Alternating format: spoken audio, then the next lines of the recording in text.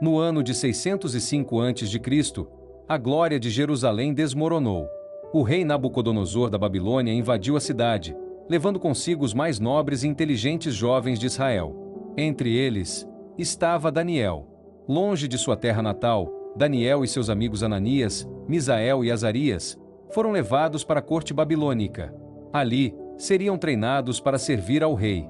Mas Daniel decidiu em seu coração não se contaminar com as iguarias do rei, nem com o vinho que ele bebia. Ele propôs um teste: 10 dias comendo apenas vegetais e água. Ao fim dos 10 dias, Daniel e seus amigos estavam mais saudáveis e robustos do que todos os outros jovens que comiam das iguarias do rei. Deus os abençoou com sabedoria e conhecimento. Certa noite, o rei Nabucodonosor teve um sonho que o perturbou profundamente. Ele exigiu que seus sábios não apenas interpretassem o sonho, mas que também o revelassem, sob pena de morte. Nenhum dos sábios do rei conseguiu. O decreto de morte foi dado, e Daniel e seus amigos também seriam executados.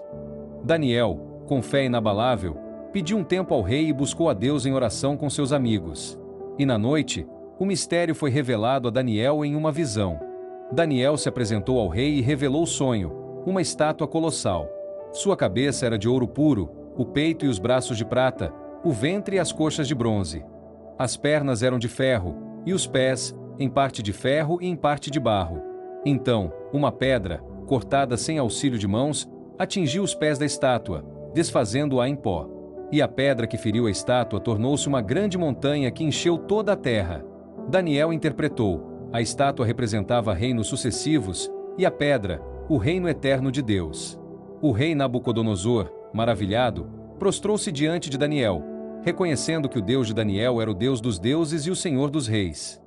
Daniel foi grandemente honrado, recebendo muitos presentes e sendo nomeado governador de toda a província da Babilônia e chefe de todos os sábios do reino. Muitos anos depois, no reinado de Belsazzar, filho de Nabucodonosor, um banquete profano foi realizado. De repente, dedos de uma mão humana apareceram e escreveram na parede do palácio.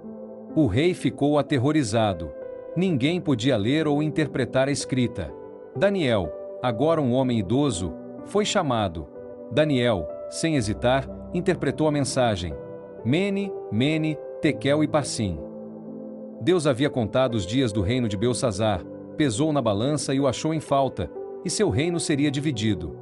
Naquela mesma noite, Belsazzar foi morto, e o reino foi tomado por Dário, o Medo. A palavra de Daniel se cumpriu. Daniel prosperou sob o reinado de Dário. Sua sabedoria e integridade eram evidentes, e o rei planejava colocá-lo sobre todo o reino.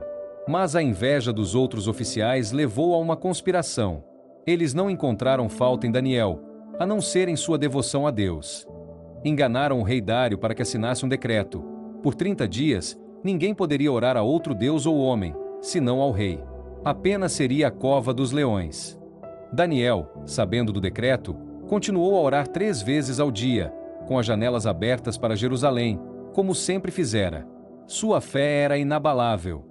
Os conspiradores o denunciaram, e o rei, com grande pesar, ordenou que Daniel fosse lançado na cova dos leões. Mas Deus enviou seu anjo e fechou a boca dos leões. Na manhã seguinte, o rei Dário correu à cova e encontrou Daniel ileso. Ele exclamou: Ó Daniel, servo do Deus vivo, pôde o teu Deus, a quem tu continuamente serves, livrar-te dos leões?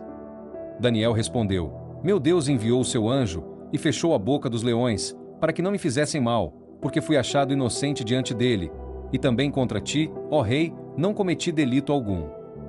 O rei Dário então emitiu um novo decreto, ordenando que em todo o seu reino, todos temessem e tremessem diante do Deus de Daniel. E os que acusaram Daniel foram lançados na cova dos leões. Daniel continuou a prosperar nos reinados de Dário e Ciro, o persa. Sua vida foi um testemunho de fé, coragem e sabedoria divina, um exemplo de como Deus honra aqueles que o honram.